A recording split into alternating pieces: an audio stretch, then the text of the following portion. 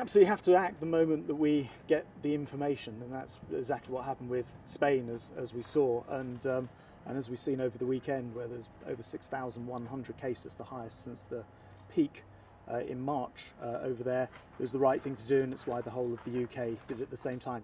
I can't therefore rule out other parts of the UK having to go, other countries having to go into the quarantine as well.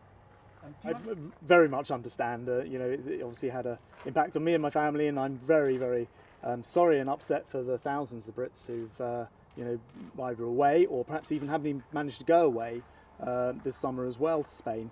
But it's absolutely essential we acted when we did. It's why all four nations of the United Kingdom acted together, and the figures since have turned out to justify that action. So we have to, I think, have a clear message and make sure that we act by adding entire countries to that list for the time being.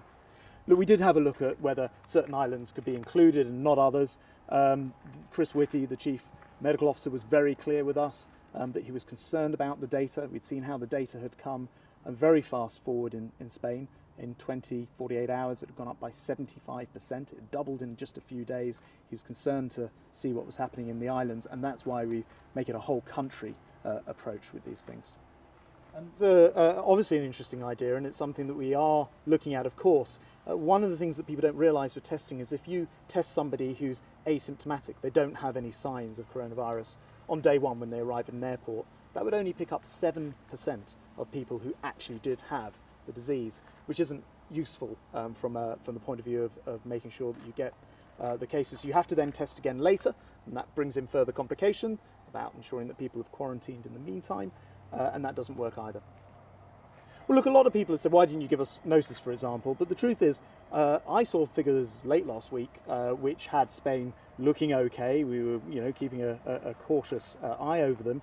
I then saw the figures on Saturday, in fact, when I got to Spain, and there was no doubt at all. We had a meeting with all of the devolved administrations, the scientists and several ministers, and we simply had to act. And not to act would have been a dereliction of duty. And people rightly would have said, of course, why have you not acted? Why have you got this information? You're not doing anything about it. So we had to act when we did. The figures since have shown why that was required, and I sound desperately sad and sorry for people who have lost their holidays. And I decided I need to come home early and begin my 14 days quarantine just to make sure that